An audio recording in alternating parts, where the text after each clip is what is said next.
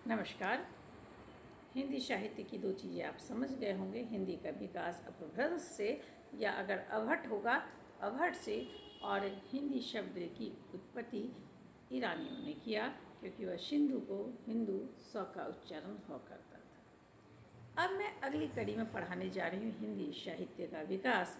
और हिंदी साहित्य का विकास ऐतिहासिक पृष्ठभूमि में अगर देखें तो यह शुरू होता है राजा हर्षवर्धन से। राजा हर्षवर्धन की मृत्यु के बाद जो हमारा हिंदी साहित्य है उसमें क्या हुआ कि पहले चूँकि राजाओं का जो था छोटे छोटे राज्यों में वितरण शुरू हुआ, तो छोटे छोटे राज्य टुकड़े में बटे, और वही समय था जिस समय हिंदी का विकास भी शुरू हुआ। हिंदी की विकास मुख्य रूप से 1000 ईस्वी, लेकिन इससे पहले 800 के आसपास की भी बातें की जाती है।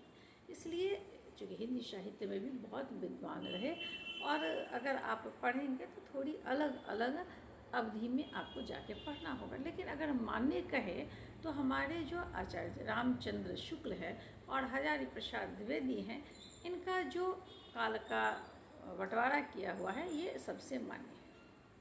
और ये अभी पहले आप सामान्य रूप से समझें कि हिंदी साहित्य को काल विभाजन का जब हम सामान्य रूप देखना चाहेंगे तो 4 भागों में बांटा गया है।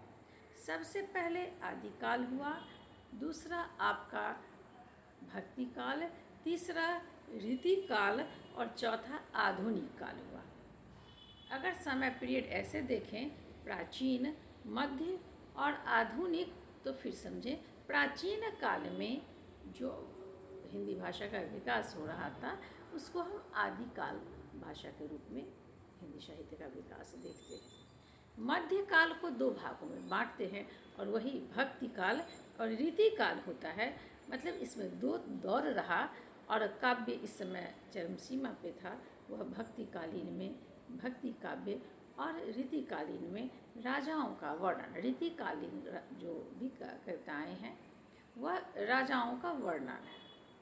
राजाओं को आकर्षित करने के लिए उनके दरबारी कवि प्रायः उनके ही विषय में आप कह सकते हैं कि उनकी बड़ाई, उनकी सकारात्मक पहलुओं को लिखा करते थे। और बाद में आधुनिक काल आया जो बहुत खुल के आया। आप ये कह सकते हैं कि पद्य से यह निकल कर कुछ कविताएँ ऐसी थी जो गद्यात्मक रूप में भी आपको दिखेगी, जैसे संसद से सड़क तक इत्यादि, जो एक एक करके चर्चा करेंगे।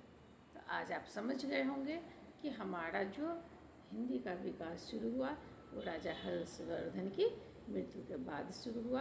1000 ईस्वी के आसपास से हिंदी फलित फूलित होने लगी, और रामचंद्र शुक्ल जी की हिंदी की जो काल विभाजन है वह सबसे मान्य है।